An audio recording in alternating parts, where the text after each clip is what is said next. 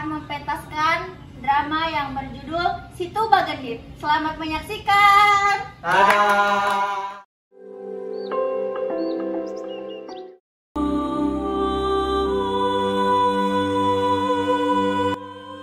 Pada zaman dahulu kala terdapat sebuah desa yang penduduknya kebanyakan adalah petani.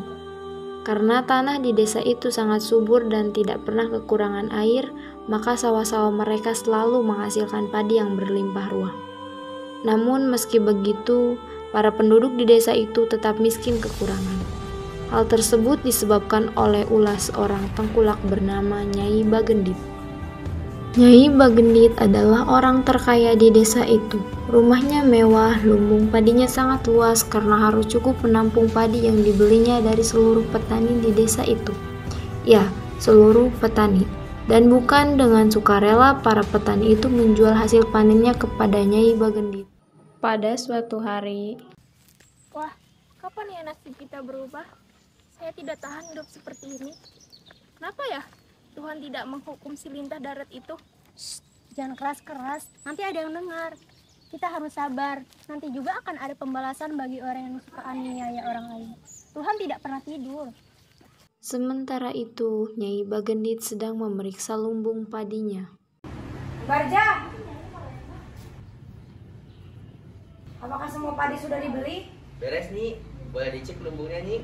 Lumbungnya sudah penuh diisi padi. Bahkan beberapa masih kita simpan di luar karena sudah tidak muat lagi. Haha, aku yakin mereka sebentar lagi akan kehabisan beras dan membelinya kepadaku. Aku semakin kaya. Awasi terus mereka, jangan sampai membeli hasil panennya ke tempat lain. Beri saja pelajaran kepada mereka yang membangkang. Benar saja.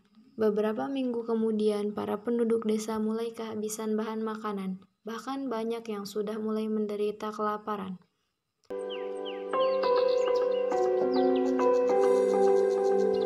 Pak, persediaan beras kita sudah mulai menipis nih.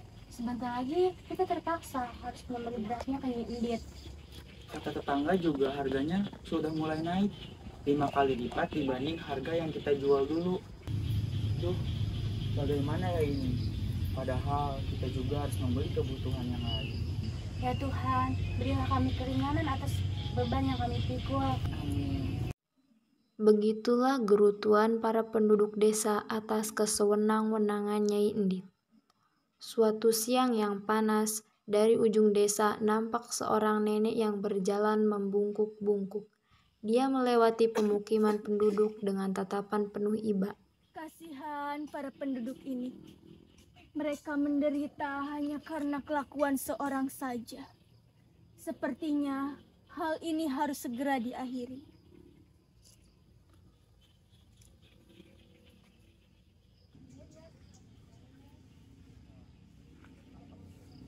Nih, saya mau tanya. Ya Nek, ada apa ya? Di manakah rumah orang paling kaya di desa ini? Oh, maksudnya rumahnya Indit. Sudah dekat Nek, Nenek tinggal lurus aja. Nanti Nenek ketemu pertigaan, Nenek belok kiri. Disitulah rumahnya yang sangat bagus dan besar. Memangnya ini ada perlu apa ya ke rumahnya Nyai Indit? Saya mau minta sedekah. Percuma saja Nek, Nenek minta ke dia. Kalau Nenek lapar, makan aja di rumah saya. Tapi makannya seadanya ya. Tidak perlu. Karena saya ingin tahu bagaimana reaksi dia ketika ada pengemis datang. Oh ya, tolong beritahu penduduk lain agar segera mengungsi. Karena sebentar lagi akan ada banjir besar. Nenek bercanda ya? Mana mungkin di musim kemarau ini ada banjir? Aku tidak bercanda. Aku adalah orang yang akan memberi hukuman kepada Nyai Indit. Maka dari itu, segeralah mengungsi. Bawalah barang berharga milik kalian.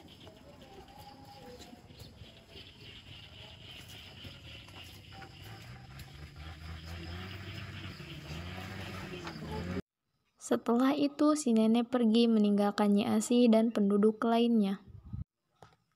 Sementara itu, Nyi Indit sedang menikmati hidangan yang berlimpah. Demikian pula para centengnya. Si pengemis tiba di depan rumah Nyi Indit dan langsung dihadang oleh para centeng. Hei, siapa kamu nenek tua? Cepat pergi dari sini. Jangan sampai halaman rumah ini kotor terinjak kakimu. Apa peduliku? Emangnya aku bapakmu? Mau makan kau minta? Saya mau minta sedekah. Mungkin ada sisa makanan. Karena saya sudah 3 hari tidak makan. Sana cepat beli. Si nenek pun diseret keluar sambil berteriak memanggil Nyi Endit. Nyai Endit, keluarlah. Aku mau minta sedekah. Nyai Endit. Siapa sih yang berteriak-teriak di luar? Ganggu orang santai saja.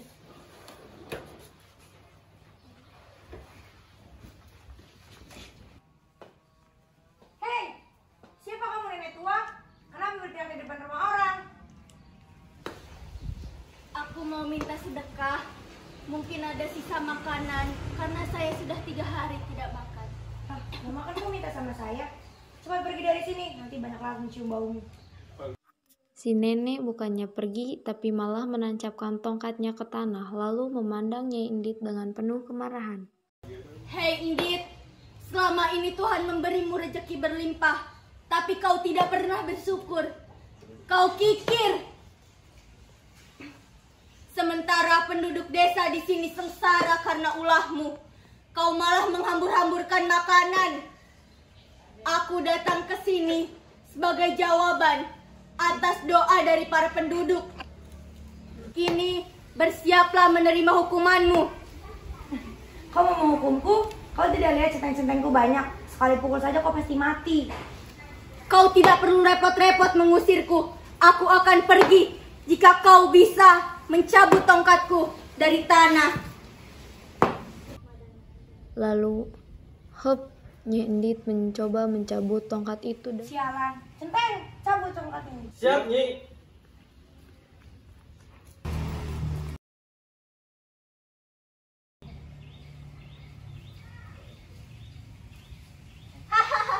Ternyata tenaga kalian tidak seberapa. Lihat, aku akan mencabut tongkat ini. Dengan sekali hentakan, tongkat itu sudah terangkat dari tanah. Tiba-tiba dan bekas tancapan tongkat si nenek menyembur air yang sangat deras. Endit, ini adalah hukuman untukmu. Air ini adalah air kata penduduk yang sengsara karenamu. Kau dan seluruh hartamu akan tenggelam bersama air-air ini. Di desa itu kini terbentuk sebuah danau kecil yang indah. Orang menamakannya Situ Bagendit. Situ artinya danau dan Bagendit berasal dari kata endit. Beberapa orang percaya bahwa kadang-kadang kita bisa melihat lintas sebesar kasur di danau.